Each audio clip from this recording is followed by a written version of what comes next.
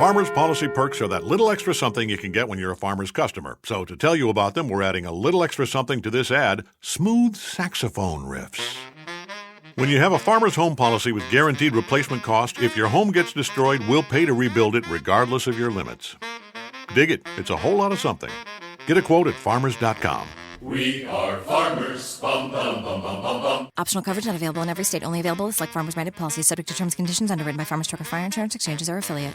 This month, on the 11th, Pineapple Street Studios presents The Beige Room, a 3-part series about a notorious self-help seminar. Host and filmmaker Kelly Loudenberg asks why millions of people are flocking to spend their weekends in beige hotel ballrooms, divulging their deepest secrets with hundreds of strangers. Supporters say that what takes years of therapy to do, this program can do in a weekend. But how? And what are the consequences? That's this month on the 11th.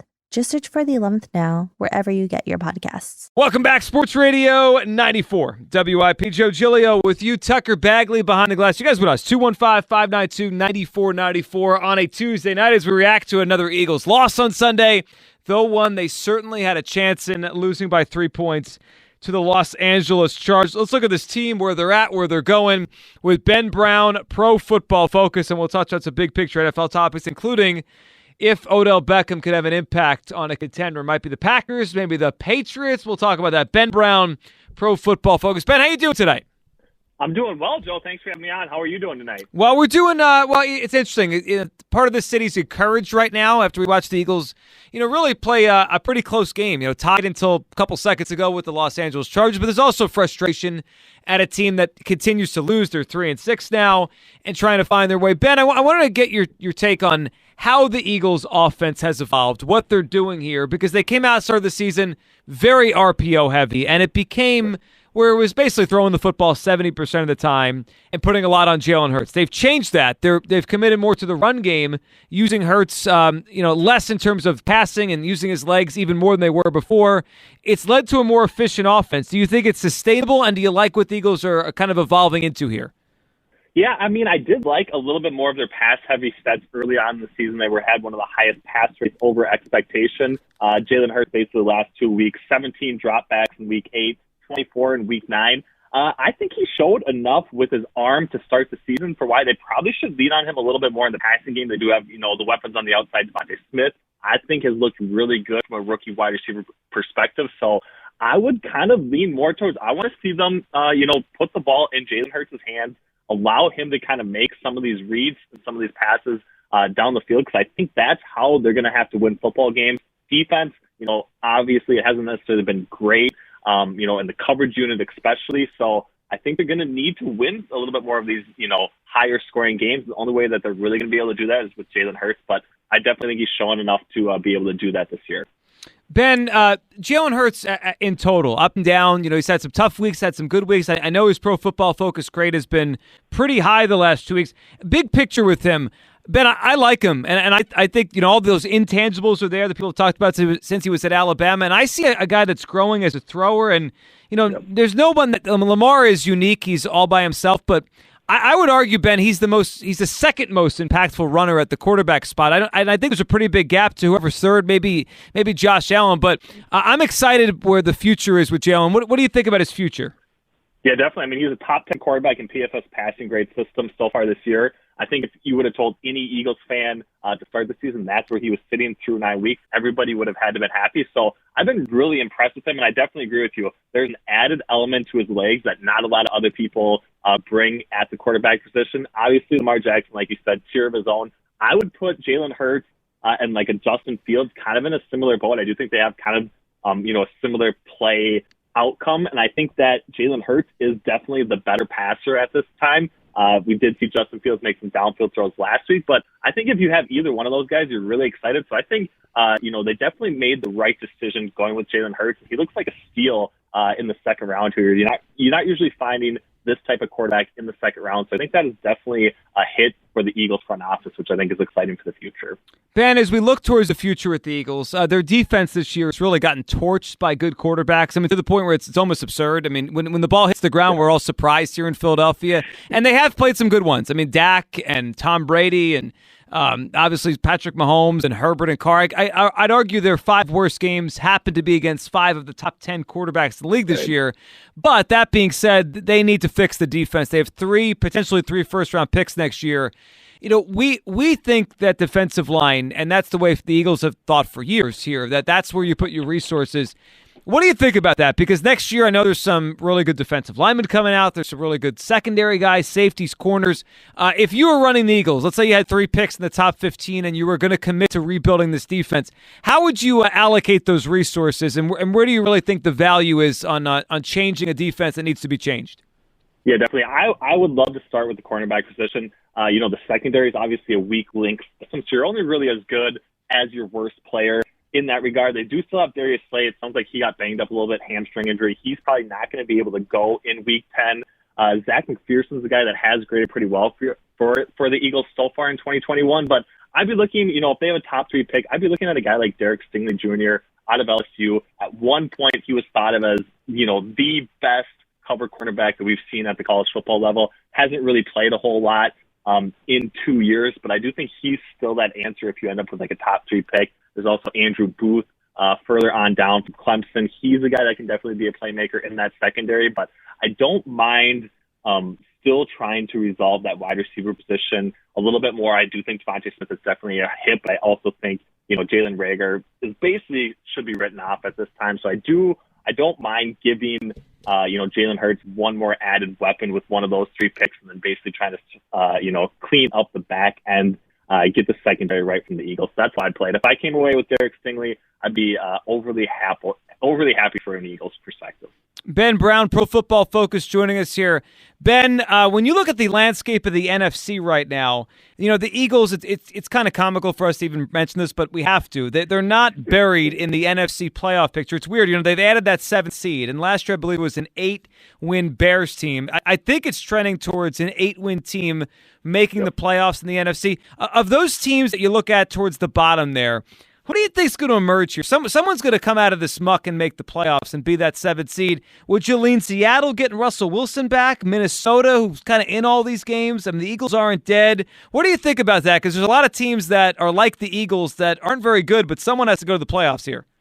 Yeah, definitely. And I agree with you. I think the Eagles aren't dead. Our latest simulation has them with a 12% chance to make the playoffs. But the key thing about their upcoming schedule is they have the second easiest schedule coming up here for the rest of the season. They have 5 really winnable games. They have 2 against the Giants, 1 against the New York Jets, and then 2 more against Washington. So if they win those 5 games, which they should be favored in all of them, they're going to be sitting, at 8 wins. They could steal 1 more game from the Broncos, Saints, or Cowboys at the end of the season. I don't know if they'll necessarily win the Cowboys even at home to cap off in Week 18, but I don't mind, the possibilities of them sneaking in. And I do think that the NFC obviously has the top 5 teams, but I don't really buy into Trevor Siemian and the Saints being, all that great. They do have a really good defense, but if I was choosing between them and any other team, I don't necessarily think the Saints are going to make it. The Falcons, I kind of believe in as well, but, they have a lot of question marks if Calvin Ridley is going to be back.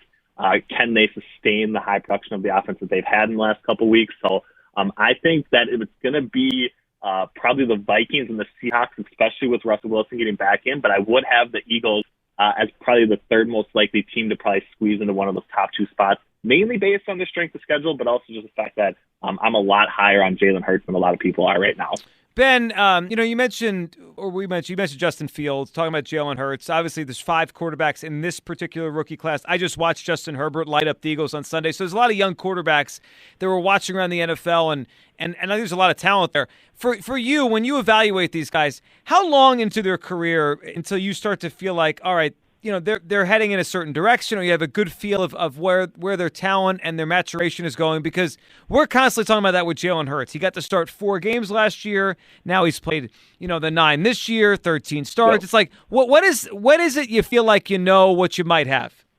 Yeah, I mean, at least you can start making an educated guess right around that 10, 13 game mark. Obviously, the more data that you can get in, the more confident that you're going to be in that prediction. But people say they don't necessarily want to evaluate a rookie quarterback or anything. We should take a free pass on Justin Fields. I don't necessarily buy into that. I think every point that you can have from a data perspective on a quarterback is going to help you make that evaluation to whether you want to extend him out into that 5th year window or if he's a guy that you probably want to let loose and try and draft somebody else. So I think 10 to 15 games is the perfect range, and I think we've seen enough from Jalen Hurts to have him, be confident in the fact that he's going to be the guy, and he should be the guy for the Eagles here long term. Ben, Odell Beckham Jr., he's obviously a big name, and he causes a lot of attention. He got let go by the Browns because he basically forced his way out of there, and now he's a free agent. Interesting to see where he lands. Packers reportedly is a place he might want to go. I saw reports tonight that the Patriots have contacted him. Seattle's been mentioned. Russell Wilson, of course, coming back from his injury. The player Odell Beckham, do you still think he's worth the trouble now? And do you think of those teams, where would be the best fit? Yeah, I don't necessarily agree that he's probably worth the trouble.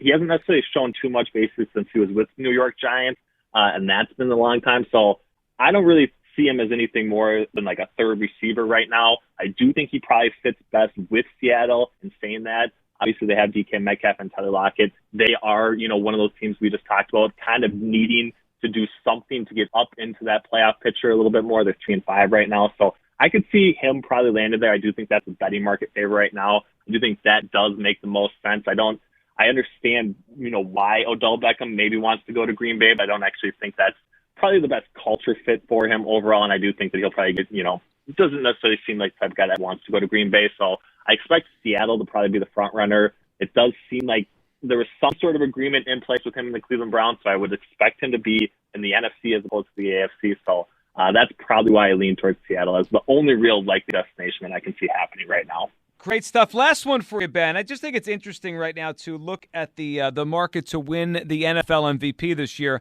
I don't see one guy standing out above the others. Josh Allen is 3-1 favorite right now. He's coming off a loss to the Jaguars. You don't score a touchdown against the Jaguars. It's gotta hurt a little bit. Even Matthew Stafford, who I thought was a good play before last week, he had a tough game against the Titans. What do you think with this? You have Allen, Brady, Murray, Stafford, Prescott, Rodgers, Lamar, and Herbert all 12-1 or better. If you had to put a play right now on the NFL MVP through the 9 weeks, where would you go? Yeah, definitely. So I think, it's never a good sign when, Tom Brady essentially moves up in the market after being on a bye week. None of the favorites really performed at all, basically. If I was to say anything last week, I would agree with you. I do think Matthew Stafford was probably a favorite.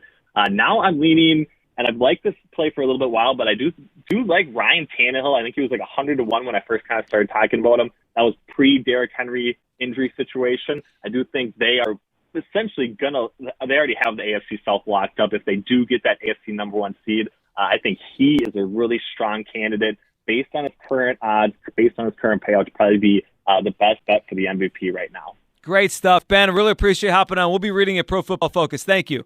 Yep. Thank you, Joe. Have a great show. Thank you. There he goes, Ben Brown there, a fan of Jalen Hurts. Every time we bring on these Pro Football Focus guys, they like Jalen Hurts. You notice that? He's a Pro Football Focus darling, that Jalen Hurts. Thinking they ranked him high again this week. Do you get extra points for that on the scoreboard? On the real scoreboard in the games? Yes. I don't think so. The Eagles would have more wins. Then. Yeah, they'd have more wins if that was the case. 215-592-9494. That is how you hop in here. So there is one thing that I didn't get to mention earlier, but kind of the takeaways that I had from Sunday and everything moving forward here. So I have said multiple times on this show this season that I have not been overly impressed, or really impressed much at all with Devontae Smith. He impressed me on Sunday. Devontae impressed me. That was, I think, by far his most impactful and most impressive performance on Sunday. And I just thought his ability to get open to the top of his route, make catches, right? He never drops on Sunday. It wasn't like the last couple games where he dropped the football.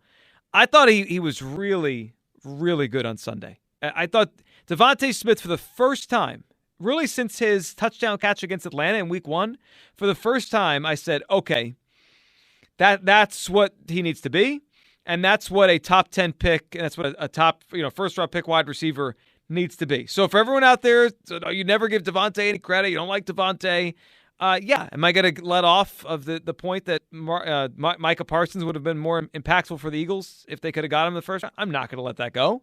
I might never let that go. But I do think on Sunday, Devontae Smith was as impactful as he ever has been. I was impressed with his route running, catching the football, just even getting away on Sunday for that last touchdown, getting away from the defender. Really good. Now, he took advantage of a banged-up secondary corners were out for the Chargers, not their number one guys or number two guys, so whatever, but he did it. He took advantage of it. I was impressed with Devontae Smith on Sunday more than I have been so far. And how about this? Since week 4, he is tied for the third most 20-plus yard receptions. Now, I wouldn't say Devontae's creating any sort of like 50 or 60-yard bombs down the field, but 20-plus yards, that counts as an explosive play. So since week 4, the only players he's trailing, can you guess them, Tucker? Only players Devontae's trailing since week 4 in 20-plus yard receptions. Only 2 guys have more.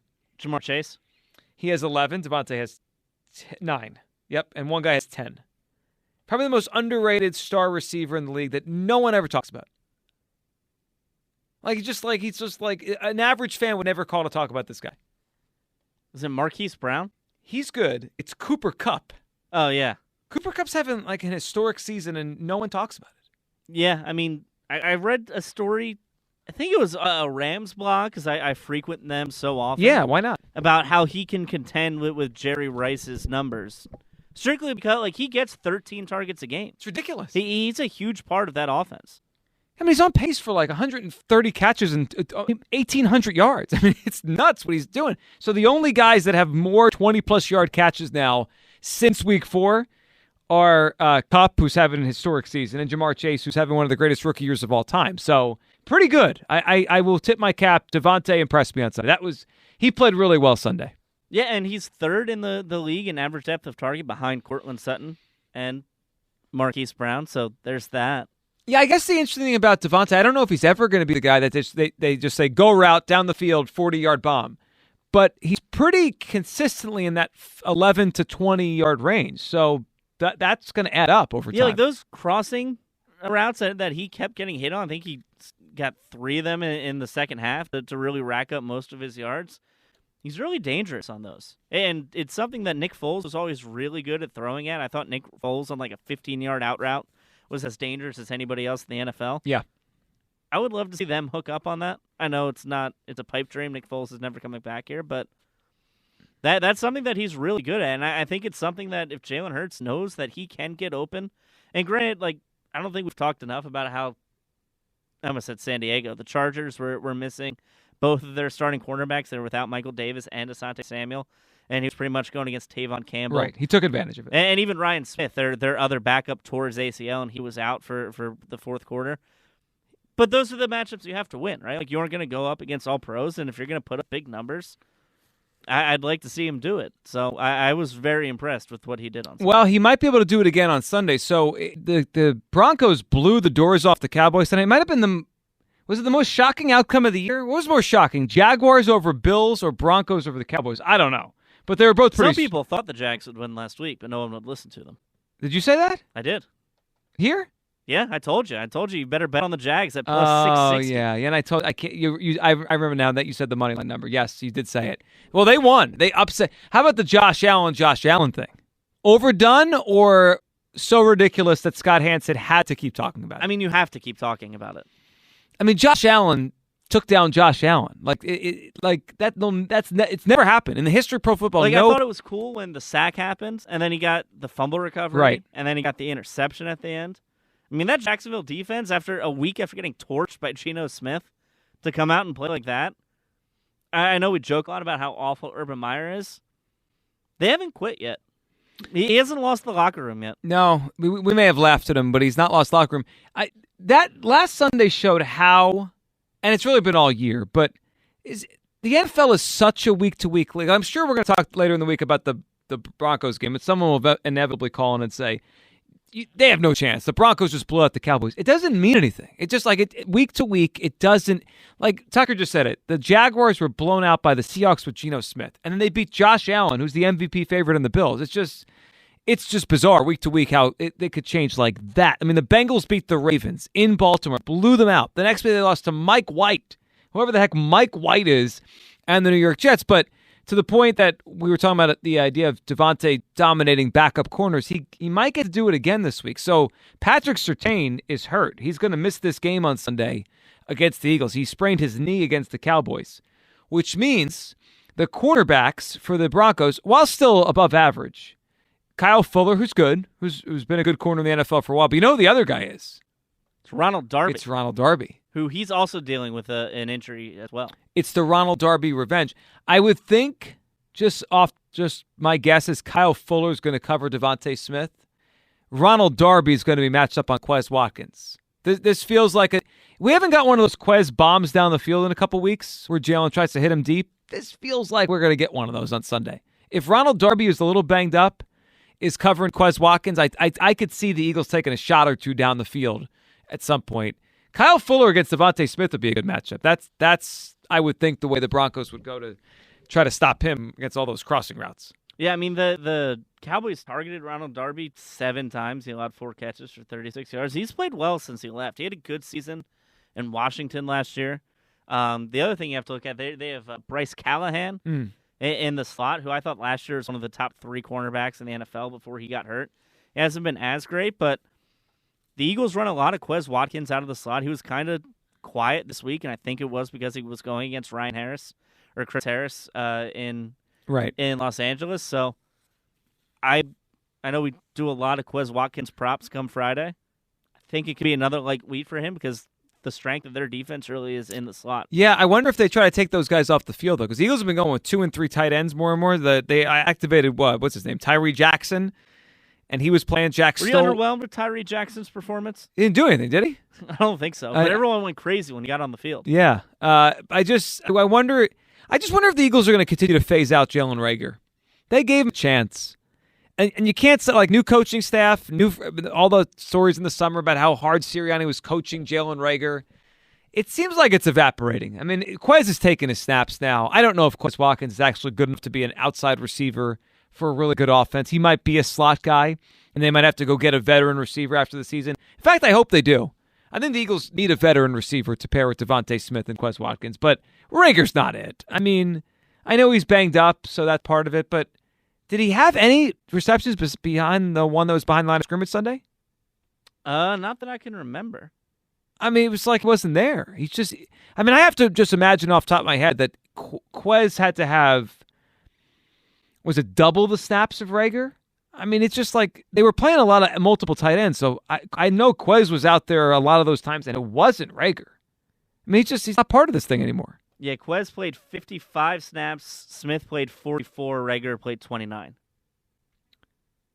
44 to 29. Technically 55 to 29. So Devontae Smith played 44. Quez had the most snaps on a receiver? Yeah. That's interesting. And actually, if you look at Jalen Reagor, of his 29 snaps, 12 of them were running plays.